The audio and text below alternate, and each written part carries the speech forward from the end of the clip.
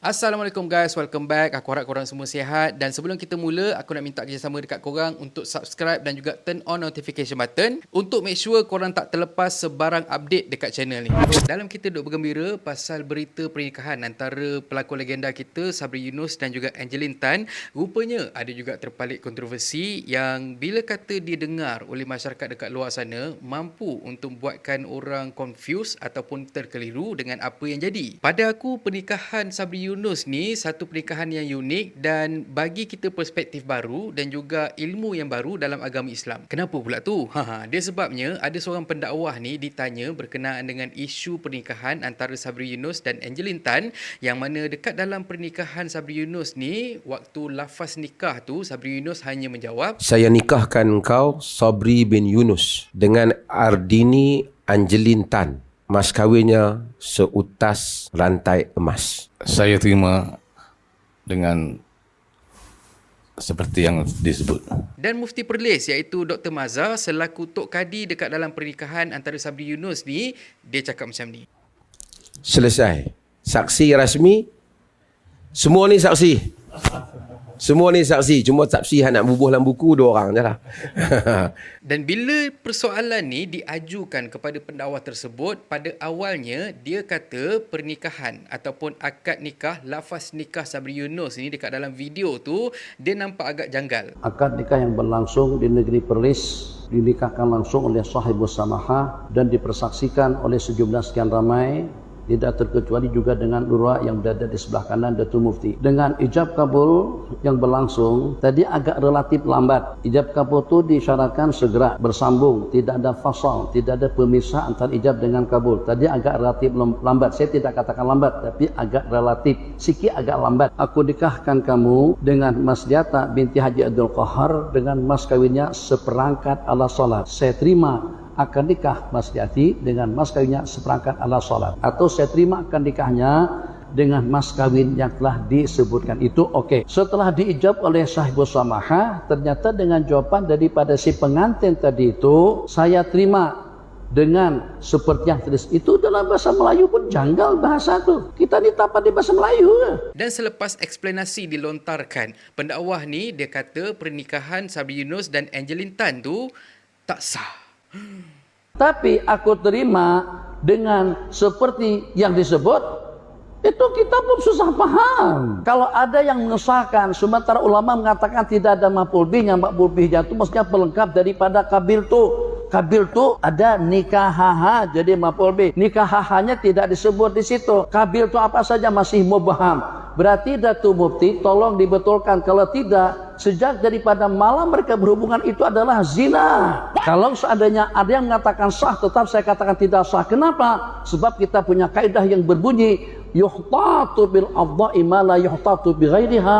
Kita kena lebih ihtiyat, kena lebih berhati-hati, kena lebih berwaspada tentang adha' jamak daripada bodoh, tentang kemaluan wanita yang kita tidak berihtiyat, tidak berhati-hati, atau tidak dituntut berhati-hati dengan masalah-masalah lainnya. Nikah kahwin kita kena lebih cermat, kita kena lebih teliti. Memang berat tuduhan ataupun dakwaan dari pendakwah ni, dan itu sebenarnya membuatkan aku rasa lagi nak tahu pasal benda ni. Betul ke memang tak sah? Aku tengok jugalah ada beberapa agamawan yang berkongsi pandangan diorang pasal apa yang terjadi pasal pernikahan antara Sabri Yunus dan Angeline Tan, yang mana mostly majoriti dari orang duk kata sebenarnya tak ada apa-apa masalah pun. Tapi macam mana pun, pada aku belum cukup kuat untuk bagi solid jawapan berkenaan dengan hal pernikahan Sabri Yunus. Jadinya aku pun tunggulah statement dari bekas mufti wilayah iaitu Datuk Seri Dr. Zulkifli Al-Bakri sebelum aku berkongsi isu ni dengan korang. Dan ini pandangan dari Dr. Zul, aku nak bacakan untuk korang. Dalam menjawab soalan di atas, para fuqaha menyatakan bahawa satu pernikahan itu termeterai melalui lafaz ijab dan kabul dengan sirah madi, kata masa lalu ataupun sudah lepas. Hal ini seperti perkataan seorang wali kepada bakal suami ataupun pengantin lelaki, aku kahwinkan engkau dengan anak perempuanku, atau aku nikahkan engkau. Kemudian pengantin lelaki itu akan menjawab, aku terima nikahnya. atau aku redha. Kerana Sirah Mahdi kata masa lalu dan sudah lepas itu lebih menunjukkan kepada penyabitan dan penegasan. Berbeza dengan Sirah Mustakal kata masa akan datang. Melainkan di sisi ulama Al-Syafiyah, mereka berpendapat bahawa tak cukup pengantin lelaki hanya mengucapkan aku terima saja atau aku redha saja. Bahkan pengantin lelaki mesti mengucapkan aku terima nikahnya atau aku redha nikahnya. Sekiranya dia tidak menyebutkan sedemikian, maka tidak sah nikahnya menurut mazhab ataupun pendapat Muktamad Al-Syafi'i.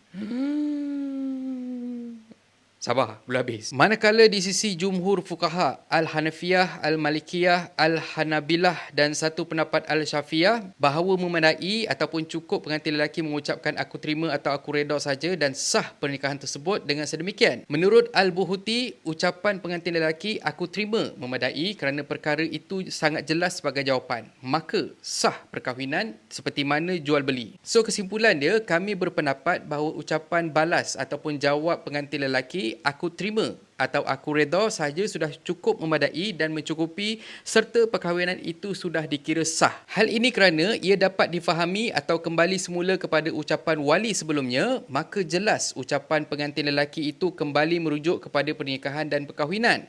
Sekalipun begitu, kami tidak menafikan bahawa jika pengantin lelaki mengucapkan aku terima nikahnya atau aku redha nikahnya atau seumpamanya adalah lebih baik dan keluar dari khilaf.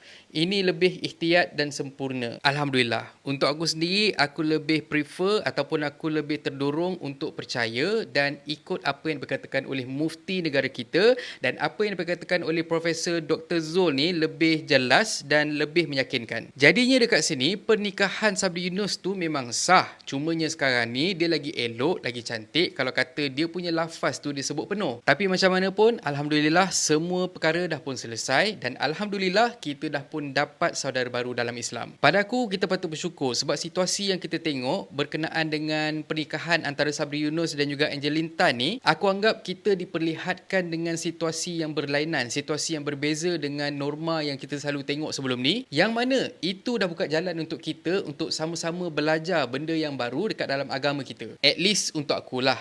Dan macam mana pun, aku rasa majoriti dari kita kena admit juga. Kita punya mindset kita, kalau kita dengar pasal lafaz akad ni, kita akan terus terfikir pasal lafaz akad yang penuh. Sebagai contoh, aku terima nikah Mira Fizah bin Muhammad Hussein dengan mas kahwinnya sekian-sekian. Itu contoh. Jadinya, bila kita dengar lafaz akad yang pendek macam ni, kita sendiri pun jadi confused. Kita jadi tersentak, kita jadi tertanya-tanya. Jadi pada aku berterima kasih pada pendakwah yang bagi respon pasal pernikahan Sabri Yunus dan Angeline Tan ni, serta pada Dr. Maza, Mufti Perlis dan juga pada Dr. Zul yang mana masing-masing bagi peranan untuk berkongsi dengan kita ilmu pasal agama Islam. Apapun salah satu sebab kenapa aku nak share perkara ni dekat korang ialah sebab aku tengok dekat website pula, dekat social media benda semua tu, ramai yang duk berdebat. Ada yang bila sembang tu nampak sangat dia punya dendam peribadi, tak tahulah pada tokoh-tokoh yang mana benda semua kan. Pada aku benda tu kita kena hentikan. Better kita relax and then kita analyse, lepas tu kita cari jawapan ataupun solusi pasal benda ni semua. Kalau kata benda lain, korang nak berdebat, korang nak bergaduh, dipersilakan. Tapi dalam bab agama, kita kena serius dan kita kena duduk, kita kena dengar, lapangkan dada dan make sure kita dapatkan jawapan dari mereka yang betul-betul arif, betul-betul pakar. Aku sendiri pun ilmu agama sangat-sangatlah cetek. Jadinya pada aku tak nak jump into conclusion. Tapi sebaliknya, aku tunggu dan dengar pandangan daripada mereka yang pakar. Bukan daripada ustaz-ustaz Facebook dan sebagainya. Dia satu lagi, jangan sebab kita nak menang argument, makanya kita pun bagi statement yang sebenarnya kita sendiri pun tak faham apa yang kita cakap, semata-mata untuk make sure kita boleh diamkan pihak yang tengah berdebat dengan kita tu, sedangkan kita tak buat fact check. Pada kita punya mindset, biar janji kita nampak bijak. Sedangkan apa yang kita buat, kita sebenarnya tengah fitnah agama kita sendiri. Korang nak ke macam tu? Apapun, sekali lagi, tahniah kepada Sabri Yunus dan juga Ardini. Semoga bahagia hingga ke jannah, insya-Allah. Dan akhir kata pepantun, pergi kedai beli halia. Nampak awet, terbeli lain. Kahwin tu perkara mulia, takkan mufti buat main. Dan kalau korang suka konten yang ada dalam channel ni, please consider to subscribe. Okay, so thank you very much for watching and have a nice day. Assalamualaikum. Assalamualaikum guys. YouTube ada fungsi baru iaitu Super Thanks. Siapa yang nak belanja aku kopi, korang boleh tekan butang Super Thanks kat bawah ni. Anyway, terima kasih sangat-sangat untuk sokongan korang. Assalamualaikum. Mantap Pak Bo. Oh, sakit.